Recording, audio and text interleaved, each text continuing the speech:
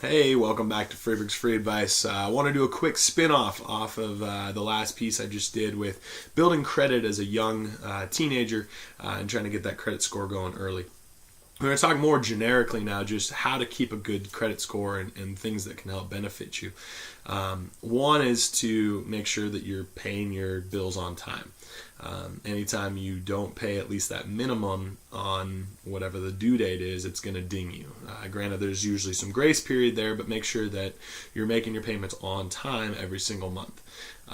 There's some controversy around whether you should keep a balance or not, and if that helps your score or if it hurts it. Well, on my research and my experiences, as long as you're paying it, it doesn't really matter if you're keeping a balance or not. If you keep a balance, now you're getting charged interest, so it's just more expensive. So I would encourage you to pay it in its entirety every single month and not keep a balance, because that just costs you money. Other things to think about is not to open too many accounts too quickly, because if you go out and you buy something from a store and you open a credit card there, and then you go to another store and open up a credit card there, and then you go and buy a new car, and then you get a house, and then you get a personal loan, you open all these lines of credit, all that it looks like is that you just gained a ton of credit limit in a hurry, and that almost gets you to look like a risky person, because you could spend all that money and never pay it back. So try not to open too much stuff too quickly. Kind of establish an account for a little bit and then maybe get a new line if you want to increase. Or just try to increase the line and the limit you have on that one account. So after a while, oftentimes you get offered those types of things. Other things to do is make sure you've got like a checking and a savings account and keep some money in there, because it shows that you have some security. And when they go back and they look at your score, or if you're applying for a new loan, they're going to look at your bank history. Do you actually have money there so that you can make 3 to 12 months of payments, depending on how big of a loan you're looking at.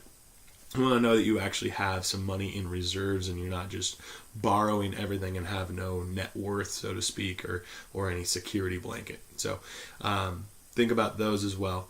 Don't necessarily close old credit cards either. Ones that you think are like, oh my gosh, this one used to be a bad one, I'm going to transfer all the balance and close it and pretend it disappears.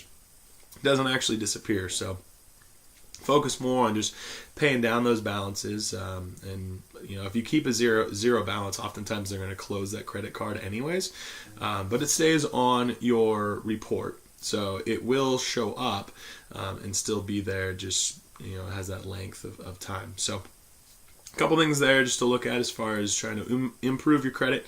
Make sure you're paying off your bills on time. That's the biggest one, and never ever try to keep more than a third of what your limit is. So let's say you have a $15,000 limit on your credit card.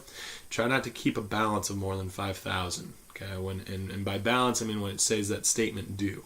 Try not to have more than $5,000 on that, even though you may pay it off and it's going to be lower after that. Once it pays off, that balance due, keep that under a third, and definitely never go over half. That would be great ways to try to keep your credit down. So thank you for watching Freeburg's Free Advice. Good credit building. Good luck to you, and I will see you in the future.